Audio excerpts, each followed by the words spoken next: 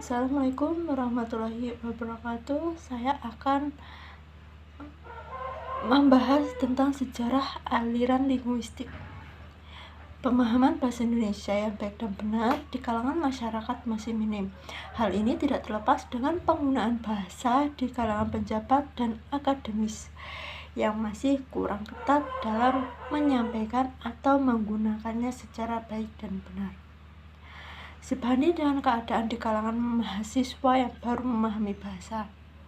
Akan tetapi, secara luas bahasa tidak hanya masalah penggunaannya, juga di dalamnya teoretis yang melengkapinya. Buku mengenai linguistik sudah banyak diterbitkan, namun buku ini juga akan memperkaya khasanah mengenai bahasa, terutama aspek teori dan aplikasinya mungkin yang membedakan dengan buku-buku yang telah beredar. Yang pertama ada sejarah dan aliran linguistik. Menurut F. de Saussure dalam Katedra 1914 mengemukakan bahwa sejarah linguistik dapat dibagi 3 tahap perkembangan, yaitu yang pertama tahap grama, diusahakan oleh orang-orang Greka dan Prancis.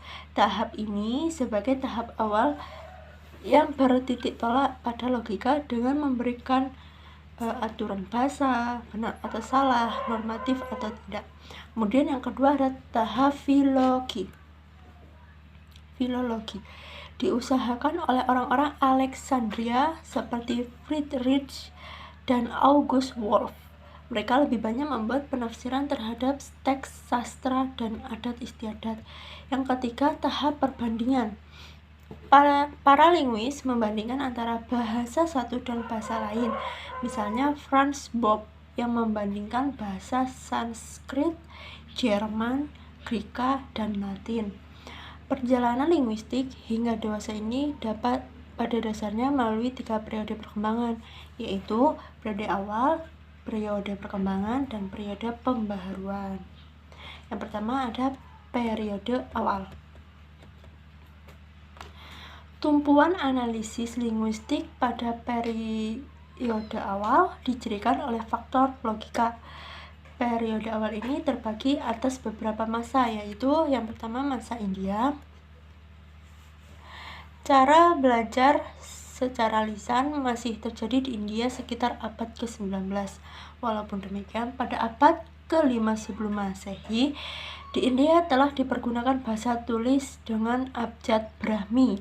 Pada saat itu, mempelajari bahasa India ditujukan bukan untuk mengetahui hakikat bahasa, melainkan untuk kepentingan agama dan hikmah yang ada dalam kitab Veda.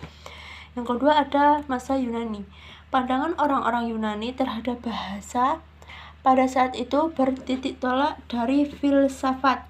Para filosof, misalnya Plato, mempersoalkan hubungan antara lambang dan acuannya dalam percakapan Kratilos dan Kratilus.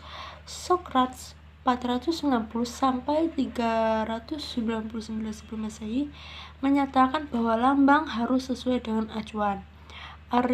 Aristoteles juga menyatakan bahwa hubungan antara lambang dan acuan bersifat konvensional.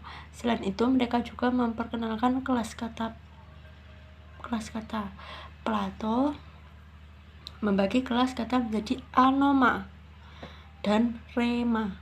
Selanjutnya, Aristoteles, kaum Stoik, dan kaum Alexandria, kelas kata diperluas menjadi 8, yaitu anoma, kata benda, rema, kata kerja, mitosi, partisipal, artron, kata sandang, antonimia, kata ganti, protesis, kata depan, epirema, kata keterangan, dan syndesmoi, kata sambung. Terus kemudian ada masa Romawi. Pembagian kelas kata pada masa Yunani, kemudian pada masa Romawi, karangan Dionysius dan Thrax menambahkan kelas kata yang baru yaitu numeralia, kata bilangan. Tokoh Romawi Varro dalam bukunya De Lingua Latina telah membicarakan etimologi, morfologi, dan sintaksis. Pada masa itu telah dibedakan kajian bahasa secara logika dan secara gramatikal. Di samping itu telah diciptakan berbagai istilah teknis berhubungan dengan bahasa. Kemudian ada masa pertengahan. Pada masa ini pendidikan Latin sangat berperan.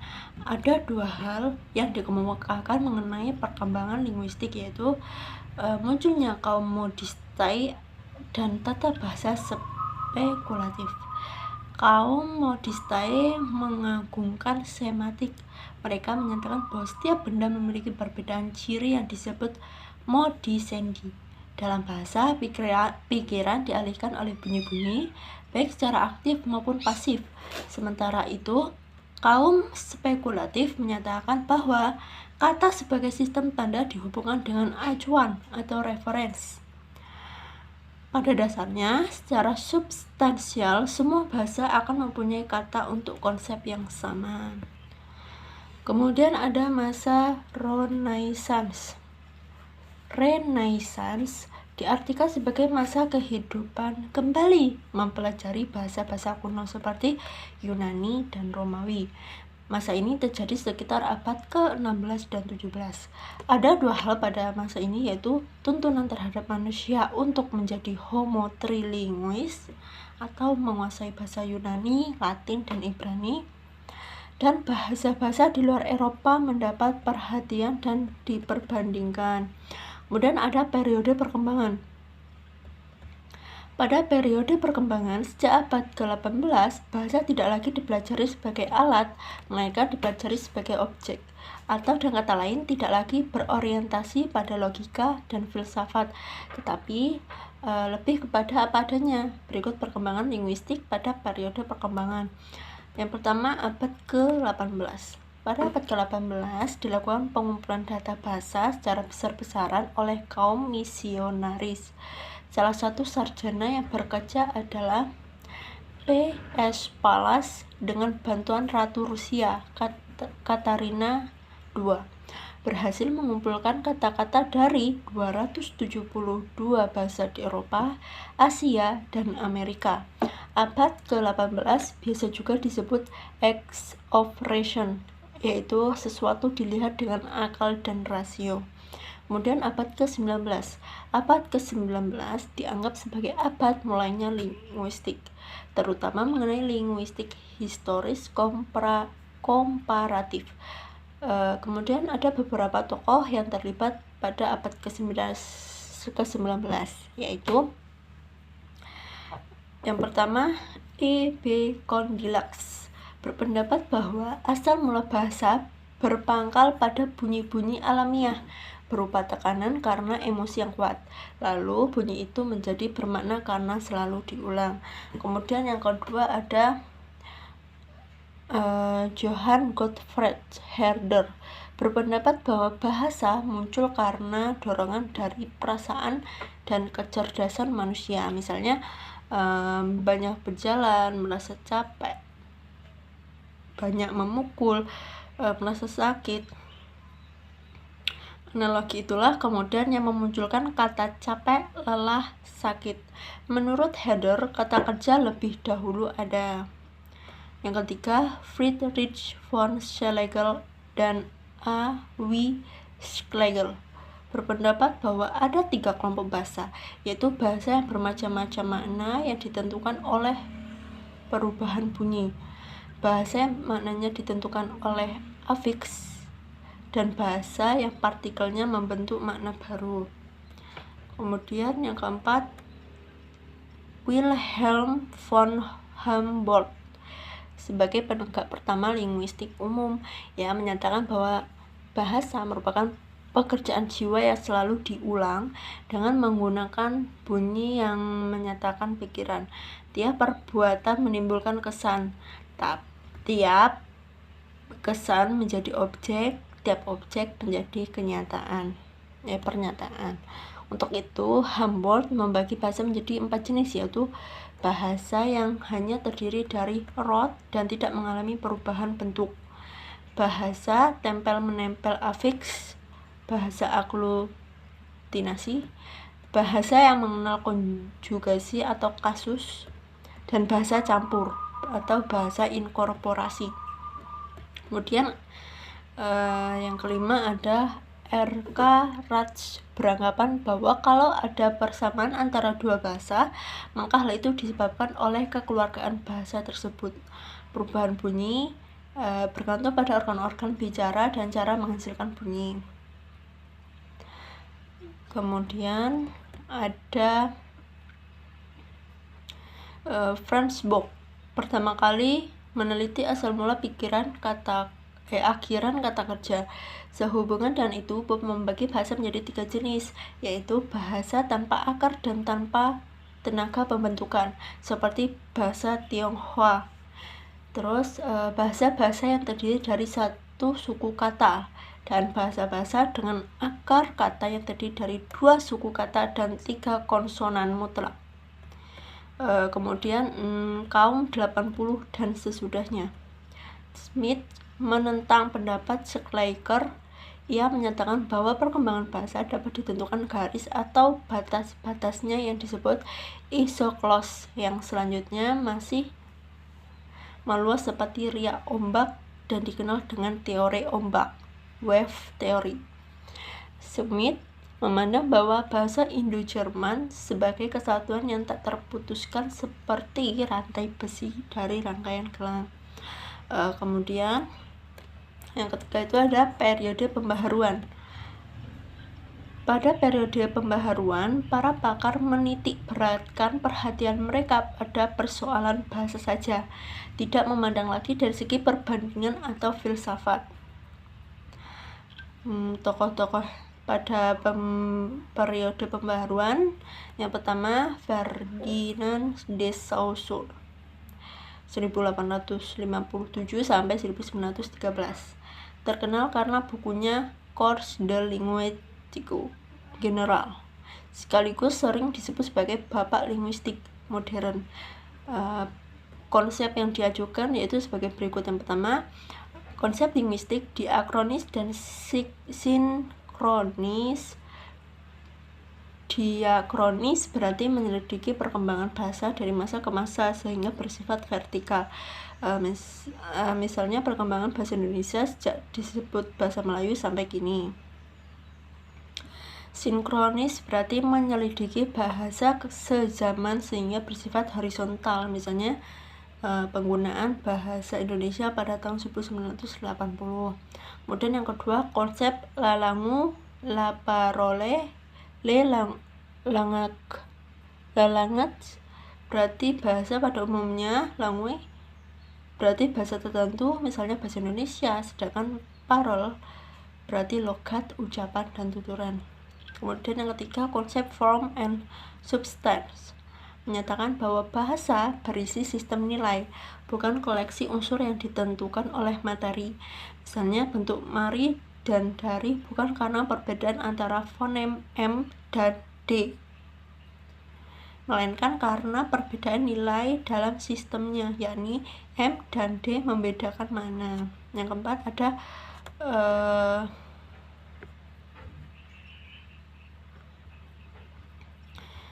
konsep signifan dan signif.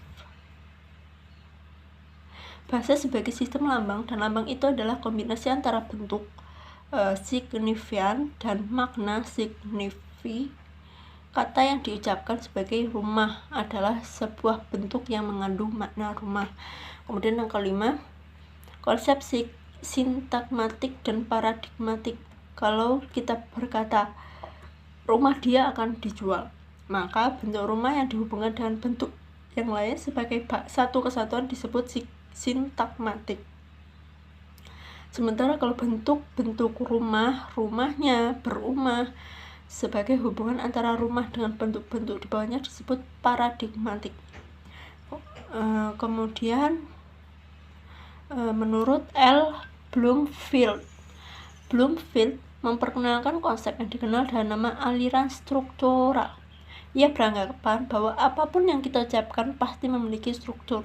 Misalnya kata rumah, maka strukturnya adalah RUMAH dan bukan maruh atau humur. Ia juga menemukan pendekatan immediate constituents dalam analisis bahasa. Kemudian yang ketiga, Kenneth L. Pick mengemukakan paham teknemik. Baik beranggapan bahwa dalam setiap penemuan terdapat langkah analisis yang didasarkan pada kenyataan berupa bagian dari analogi, substitusi, dan perluasan. Dalam takmimik, unit terkecil yang berfungsi dalam ujaran disebut takmimi, yang selanjutnya dapat mengisi slot dalam sintaksis. Kemudian ada Noam Chomsky. Bukunya berjudul Sintaktis Struktur dan Aspects of the Theory of Syntax. Telah memperkenalkan dirinya sebagai penemu teori tata bahasa transformatif generatif. Chomsky menyatakan bahwa tata bahasa terdiri atas 3 komponen, yakni sintaksis, semantik, dan fonologi. Tata bahasa harus memenuhi 2 syarat, yaitu kalimat yang muncul harus berfungsi dalam ujaran dan tata bahasa tersebut harus bersifat umum. Kemudian ada Charles Fillmore. Fillmore terkenal dengan teori sintaksisnya berdasarkan kasus dalam bukunya berjudul The Case of Case oleh Verhaer menyebut sebagai peran. Ia beranggapan bahwa dalam bahasa-bahasa tertentu memiliki sistem khusus, khususnya bahasa fleksi seperti bahasa Sanskerta, Jerman, Inggris, dan Latin. Jadi kesimpulan yang dapat saya sampaikan adalah aliran tradisional sebagai aliran pertama dalam linguistik yang muncul berdasarkan pendekatan Aristoteles dan Plato dengan melihat bahasa dari pandangan filsafat. Analisis aliran tradisional ini pun akhirnya membawa kesimpulan bahwa bahasa didasarkan pada makna, sehingga batas antar